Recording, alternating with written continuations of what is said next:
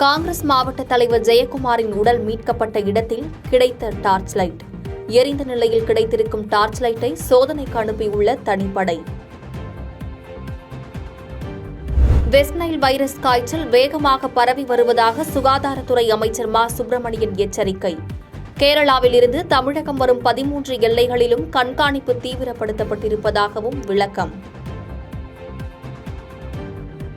கடந்த 3 ஆண்டுகளில் வீடற்றவர்களுக்கு 28,824 அடுக்குமாடி குடியிருப்புகள்.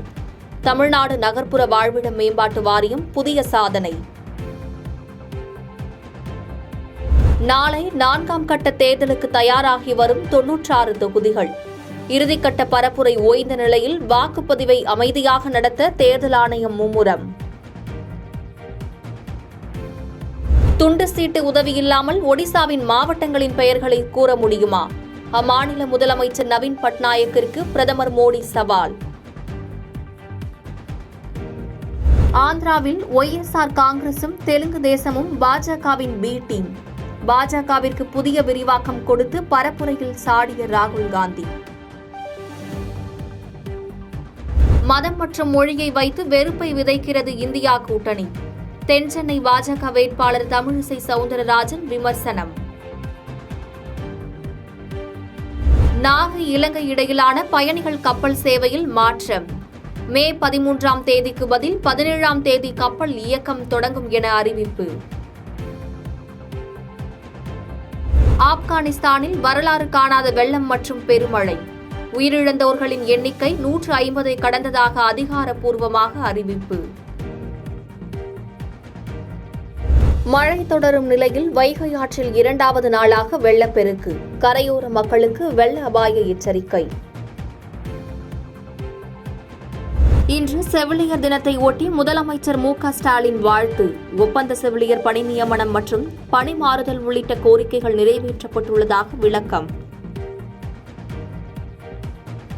கொடைக்கானலில் வார விடுமுறையை ஒட்டி சுற்றுலா பயணிகளின் வருகை அதிகரிப்பு. போக்குவரத்து நெரிசலால் மலைச்சாலையில் நீண்ட தூரம் அணிவகுத்து நின்ற வாகனங்கள். கர்நாடக மாநிலம் பூபாலியில் கனமழையால் வெள்ளக்காடாக மாறிய சாலைகள். ரயில் நிலையம் மேற்கூரையில் இருந்து மழைநீர் கொட்டியதால் பயணிகள் அவதி.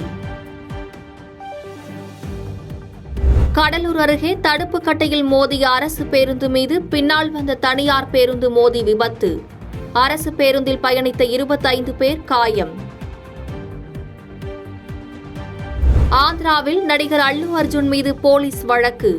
நந்தியால் தொகுதியில் தேர்தல் நடத்தை விதிகளை மீறியதாக நடவடிக்கை. பிளே ஆஃப் வாய்ப்பை தக்க வைக்குமா சிஎஸ்கே? சேப்பாக்கம் மைதானத்தில் ராஜஸ்தான் அணியுடன் இன்று பல பரீட்சை.